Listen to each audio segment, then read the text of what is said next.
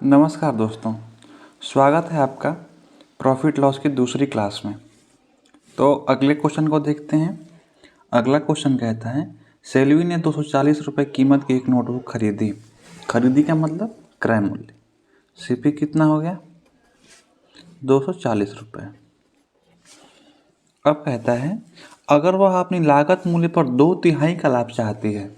ये लागत मूल्य पर 2/3 का लाभ कितना चाहिए उसको? 240 का 2/3 कितना हो जाएगा? ये 3 से 1 बार में, 80 बार में, 8 दूनी 16, यानी कि 160 रुपये का वो क्या चाहती है? लाभ चाहती है। ठीक, तो किताब का विक्रय मूल्य क्या होना चाहिए? एसपी क्या होता है? क्रय मूल्य में लाभ को जोड़ देते हैं। कितना हो जाएगा? 0 0 0 6 4 10 2 1 3 1 4 400 रुपये इस सवाल का सही उत्तर हो जाएगा, जो कि ऑप्शन नंबर बी में दे रखा है। आइए चलते हैं अगले सवाल की तरफ। अगला सवाल कहता है, किसी व्यक्ति ने एक वस्तु के 25 कैरेट 10,000 रुपये में खरीदे। यानी कि सीपी कितना उसका 25 कैरेट का? 10,000 रुपये। ठीक, अब कहता है उनमें से 5 कैरेट खो गए। अब वह शेष कैरेट में से प्रत्येक कैरेट को किस दाम पर बेचे कि उसको कुल लागत पर 25% का लाभ प्राप्त हो। 25% का लाभ चाहिए आपको, यानी कि इसके 125% में उसको बेचना पड़ेगा। ठीक है, 25 से 4 बार में, 25 से 5 बार में। ये 4 से कटेगा? हाँ कटेगा। 4 से 1 बार में, 4 से 25 बार में 100 और 2 जीरो। 25 इंटू 5, 25 पाँचे 125 और 2 जीरो, यानी कि उसको 12,500 रुपये में बेचना पड़ेगा। ठीक, अब वो खरीदा था 25, अब इसमें से 5 खराब हो गए तो कितने बचे हमारे पास? 20 बचे ना, यानी कि 12,500 में कितने को बेचना पड़ेगा? 20 को। तो एक का इसमें हमको एस पे निकल जाएगा, भाग दे देंगे तो 0 से 0 कटा देंगे। 2 एकम 2, 2 छक्के 12, 2 दूनी के 4, 2 पाँचे 10, यानी कि एक का एस पी कितना आ गया? 625 रुपये। यही सवाल का सही उत्तर होगा, जो कि ऑप्शन नंबर बी में दे रखा है। आइए अब अगले सवाल पे चलते हैं। अगला सवाल बहुत ही बढ़िया सवाल है। सवाल कहता है, एक व्यापारी अपने सामान का मूल्य इस प्रकार अंकित करता है कि 20% की छूट देने के बाद वह 20% का लाभ अर्जित करता है। देखिए, इसमें हम सबसे पहले सीपी और एसपी का रेशियो देखते हैं क्या होता है। ठीक, तो एक फॉर्मूला होता है, आप इसको चाहे तो याद कर सकते हैं। सीपी और एमपी का रेशियो क्या होता है? 100 माइनस डी। डी का मतलब डिस्काउंट, जितना डिस्काउंट देगा उसको घटा देंगे। अपॉन में 100 प्लस माइनस प्रॉफिट या लॉस। ये प्लस माइनस का मतलब क्या हुआ? जब प्रॉफिट होगा तो प्लस करेंगे और लॉस होगा तो माइनस करेंगे। ठीक, अब इसी इक्वेशन पे उसको रखते हैं। यहाँ से हम सीपी और एमपी का रेशियो निकालेंगे। सवाल में दे रखा है कि 20% की छूट देता है। 100 में से 20 घटाएंगे तो 80। उसको लाभ कितने का होता है? 20% का ही। तो 100 पे 20% का लाभ यानी कि 120। इसका रेशियो निकालेंगे, 40 से कटेगा ये 2 बार में और ये 3 बार में, यानी कि हमारा सीपी और एमपी का रेशियो कितना आ गया? 2/3। अब यहाँ से हमको सवाल में कुछ दे रखा है। वो बोला है वस्तु का क्रय मूल्य कितना है? 22,300 रुपये है, यानी कि 2 यूनिट की वैल्यू कितनी है हमारी? 22,300। कई गुना है देखते हैं। यहाँ से हम 1 यूनिट का मान निकालेंगे तो 22,300 डिवाइड बाई 2 कितना आ जाएगा? ये 2 एकम 2, 2 एकम 2, 2 एकम 2, 2 पाँचे 10 और 1 जीरो। 1 यूनिट की वैल्यू ये आ गई। अब हमको चाहिए क्या? एमपी। एमपी मतलब 3 से गुणा कर देंगे इसमें हम। हमारा एमपी क्या है? 3 यूनिट है, तो 1 की वैल्यू इतनी तो 3 की वैल्यू कितनी?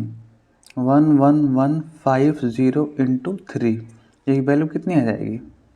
300, 3 5 15, 3 एकम 3 एक 4, 3 एकम 3, 3 एकम 3, 33,450 रुपये, जो कि ऑप्शन नंबर डी में दे रखा है। चलिए अगले सवाल पे चलते हैं। उसी तरीके का एक बहुत ही बेहतरीन सवाल, इसको हम दोनों तरीके से कर सकते हैं। या तो CPMP का रेशियो निकालिए, या तो थोड़ा सा मुश्किल है तो हम CPMP SP का निकाल देते हैं। देखिए कैसे निकलेगा। या सबसे पहले हम क्या करते हैं, किसी चीज़ को खरीदते हैं यानी कि CP, उस पर हमको कुछ फ़ायदा कमाना होता है तो कुछ अधिक अंकित करते हैं यानी कि MP, और उसके बाद उसको हम बेच देते हैं यानी कि SP। अब देखिए यहाँ पे कह रहा है कि एक वस्तु की अंकित कीमत पर 10% की छूट देता है। 10% की फ्रैक्शन वैल्यू क्या होती है, 1/10, यानी कि अंकित कीमत 10 है तो बेचता कितने में है, 1 कम 9 में। ठीक है। अब देखिए दूसरी बात क्या है, फिर भी 12.5% का लाभ प्राप्त होता है। 12.5%, ये बहुत ही इंपॉर्टेंट फ्रैक्शन है, आपको हमेशा याद रखना चाहिए। इसकी वैल्यू होती है 1/8। लाभ प्राप्त करता है यानी कि यदि वो 8 का खरीदता है तो कितने में बेचता है, 1 कम 9 में। अब देखिए यहाँ भी 9, यहाँ भी 9, यहाँ की यहाँ पे 8 ही रहेगा। अब हमारा CP, इसको काट देते हैं, CP, MP और SP का हमारा रेशियो प्राप्त हो चुका है। ठीक, 8, 9 और 10। अब पूछा क्या है हमसे, जो कि 25 रुपये है। 25 रुपये है का मतलब क्या हुआ, 25 रुपये का मतलब ये हुआ कि लाभ उसका 25 रुपये का हो रहा है। अब हमारे अनुसार कितने का हो रहा है, 8 का खरीदा और 9 का बेच दिया, तो प्रॉफिट कितने का, 1 यूनिट का।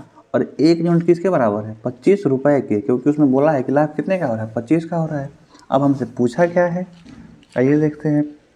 वस्तु की अंकित कीमत क्या कीजिए, अंकित कीमत क्या है हमारी 10, तो 1 यूनिट की वैल्यू हमारी 25 है, तो MP यानी कि अंकित कीमत कितना है, 10 यूनिट है। 1 का मान 25 तो 10 का मान कितना है, 250 रुपये। यही सवाल का सही उत्तर होगा, जो कि ऑप्शन नंबर C में दे रखा है। चलिए आशा करते हैं कि ऐसे सवालों को अब आप परीक्षा में नहीं छोड़ेंगे। अगला सवाल देखते हैं। अतुल ने एक साइकिल उसकी अंकित कीमत से 3/4 दाम पर खरीदी। 3/4 का मतलब क्या होता है, 3/4, अंकित कीमत के 3/4। तो जो नीचे रहता है ना उसको हमेशा मानते हैं MP। देखिए कैसे, MP यदि हम 4 मानते हैं तो खरीदा कितने होगा, 4 का 3/4, 4 का 3/4 करेंगे तो 4 से 4 कट जाएगा 3। ठीक है। अब इसके बाद इसको बेच रहा है, कितने में बेच रहा है, अंकित कीमत से 20% ज़्यादा दाम पर बेची। अंकित कीमत कितना है, 4, 4 का 20% निकालेंगे हम, देखिए कैसे निकालेंगे।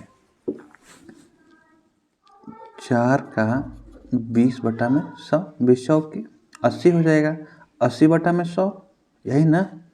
अरे आपको करीब दिखा देते हैं, 80/100, 0 से 0, 8/10 का मतलब क्या हो गया, 0.8। 0.8 ज़्यादा में बेचा, किससे, अंकित मूल्य से। तो 4 से 0.8 अधिक कितना हो जाएगा, 4.8। ठीक है।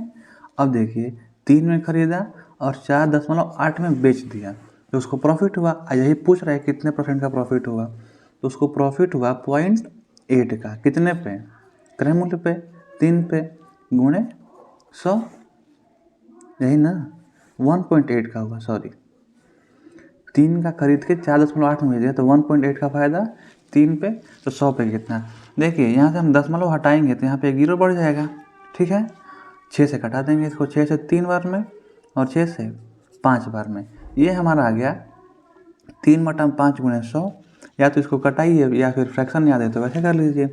1/5 का मतलब क्या होता है, 20%, तो 3/5 का मतलब क्या हो जाएगा, 60%। तो हमारी प्रॉफिट कितने की हुई, 60% की। ठीक। चलिए